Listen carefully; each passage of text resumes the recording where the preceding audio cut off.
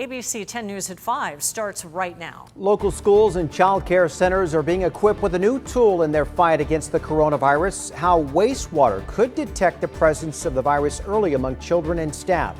And the South African variant of COVID-19 is now here in California. We go in depth to explain what makes this variant different from the others. Plus, we've never really thought about the years. We've just always celebrated. A local couple celebrating 66 years of marriage. In a story that is positively San Diego, they reveal their secret to a long and happy marriage. ABC 10 News at 5 starts now. And good evening. I'm Steve Atkinson. I am joined remotely by my co-anchor Lindsay Pena. We're going to be checking in with her shortly. But first, former President Trump's historic second impeachment trial. Today, House managers rested their case after presenting more evidence, claiming Trump's supporters were inspired by his violent rhetoric and followed his orders to breach the U.S. Capitol. But as ABC's Faith Abube reports, most Republicans remain unconvinced. House impeachment managers playing out their final day of opening arguments in split screen. The Democratic prosecutors turning their focus to how former President Donald Trump's actions and inaction allegedly contributed to the deadly insurrection and left lasting damage. This was not a hidden crime. The president told them to be there, and so they actually believed they would face no punishment. Democrats taking senators who were seated as jurors through the January 6th Capitol Hill riot frame by frame, using the perspective of Trump's own supporters to show how the mob repeatedly echoed the former president's words. The impeachment managers arguing that Trump started encouraging the mob long before the election. January 6th was a culmination of the president's actions, not an aberration from them. Then invited the rioters to Washington with clear orders to stop the certification of Joe Biden's Electoral College win. The House managers adding, even after the disastrous assault on the Capitol he allegedly inspired, Trump has yet to show any remorse. People thought that what I said was totally appropriate. Despite the impeachment manager's presentation receiving bipartisan praise, Trump's lawyers telling Fox News the Democrats have yet to make their case.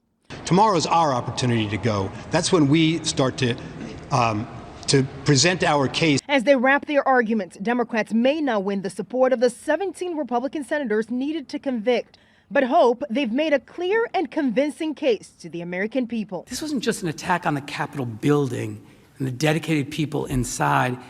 It was an attack on what we were elected to preserve, our democracy.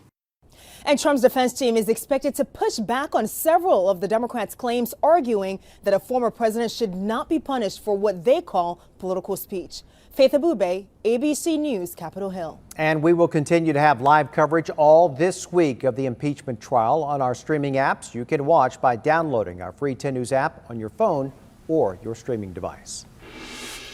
Now to the latest on the coronavirus. Scientists have now detected 2 cases of the so-called South Africa variant in California.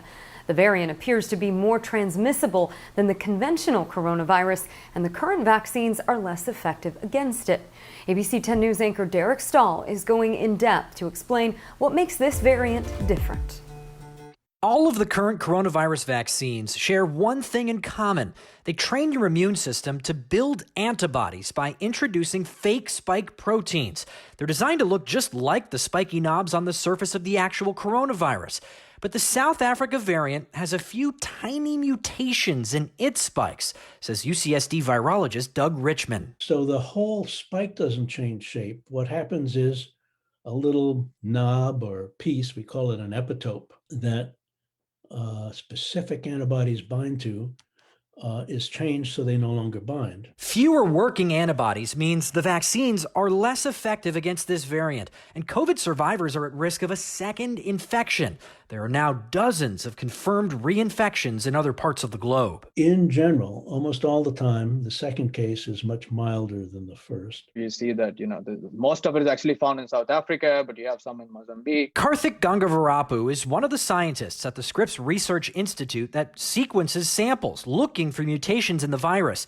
They were the first to spot the UK variant in San Diego, But so far, they haven't found the one from South Africa. We've seen evidence of this, the variant being detected in many other countries, but we haven't seen a huge increase in prevalence yet of that variant. He says the spike protein is made up of about 1,200 amino acids. Every once in a while, the virus makes a mistake while copying itself that causes one of those acids to change, seen in red. The South Africa variant shares some of the mutations in the UK variant, plus 2 others. One is the 484th acid in the sequence, which changed from an E to a K, what scientists call E484K. Researchers believe that may be the critical change, making vaccines 5 to 6 times less effective against this variant. But Dr. Richmond points out the vaccines from Pfizer and Moderna still appear to work. What's going to happen is someone who would have a life-threatening or hospitalization-required infection will have a milder infection. All of the vaccine makers are working on booster shots to better recognize the South Africa variant spikes, including that mutation, E484K. Derek Stahl, ABC 10 News. And here are our latest numbers on the coronavirus here in our county. More than 1,100 new cases were reported today, breaking a 3-day streak of fewer than 1,000 new daily cases. That brings our total to just under 250,000. And 51 new deaths were also reported today, bringing that total to 2,955.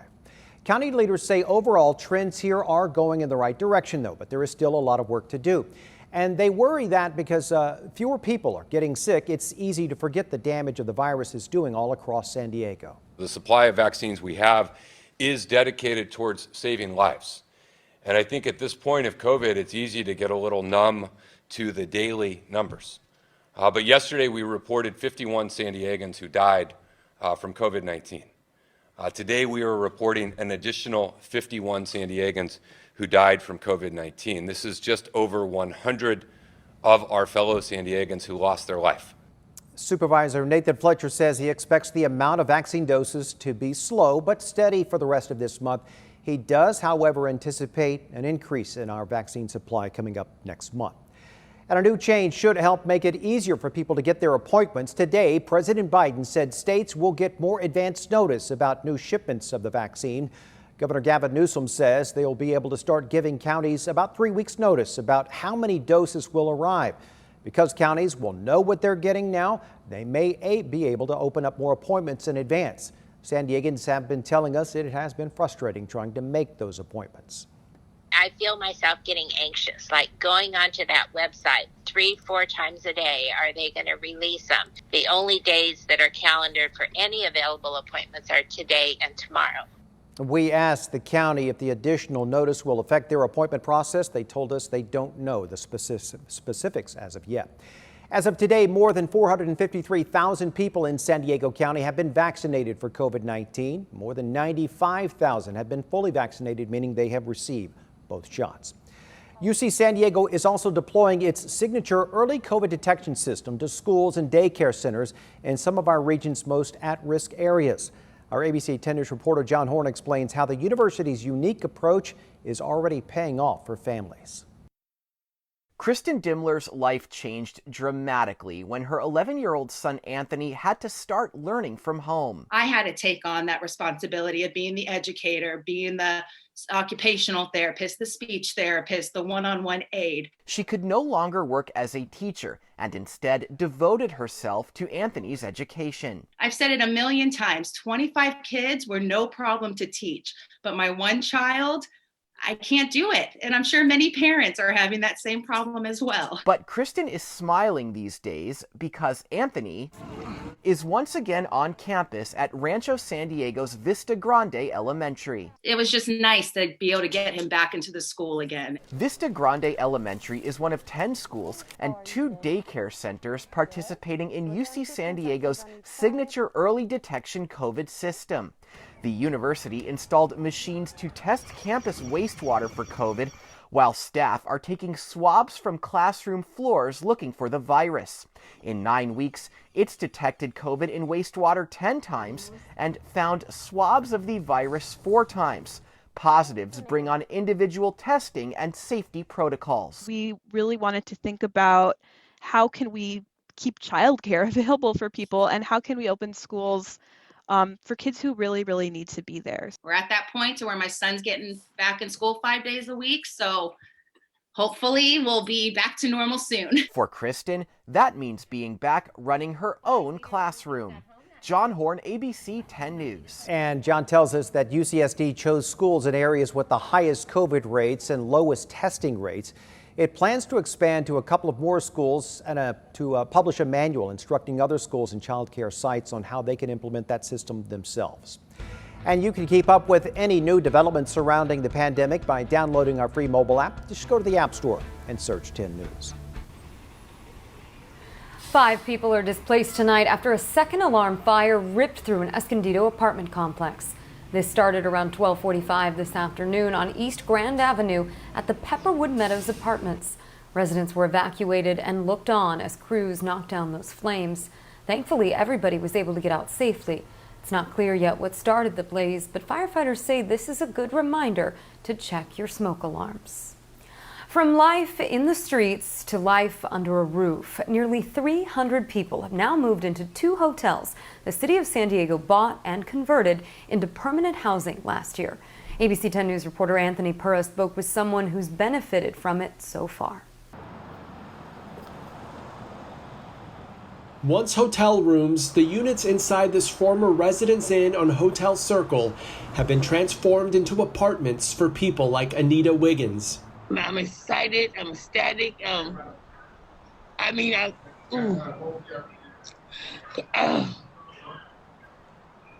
She gets emotional when talking about having a home. She became homeless in 2017. I've been on every park and every beach and sleeping out there on the streets. The 59-year-old is one of many people once homeless that the city has moved from the convention center into permanent supportive housing at 2 former hotel locations. The city bought and transformed 2 residence inns late last year, one in Mission Valley and another in Kearny Mesa. In December, they started moving people in. The residents have a support system and services in place to help them adjust to life away from the streets and lead them away from paths that could return them to homelessness. They take me to the grocery store. I'm grateful for that. If I need a bus pass, which I really do, they have those for us. They have food for us. They have counseling for us.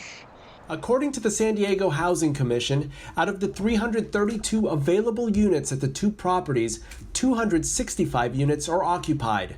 290 individuals have moved in. The hotels were purchased with the help of funding from the state's Project Homekey. Lisa Jones with the San Diego Housing Commission says if more funding becomes available through the state, they want to be ready.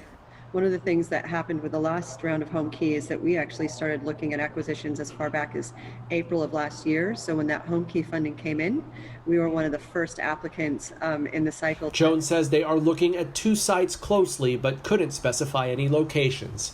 Anthony Purra, ABC 10 News.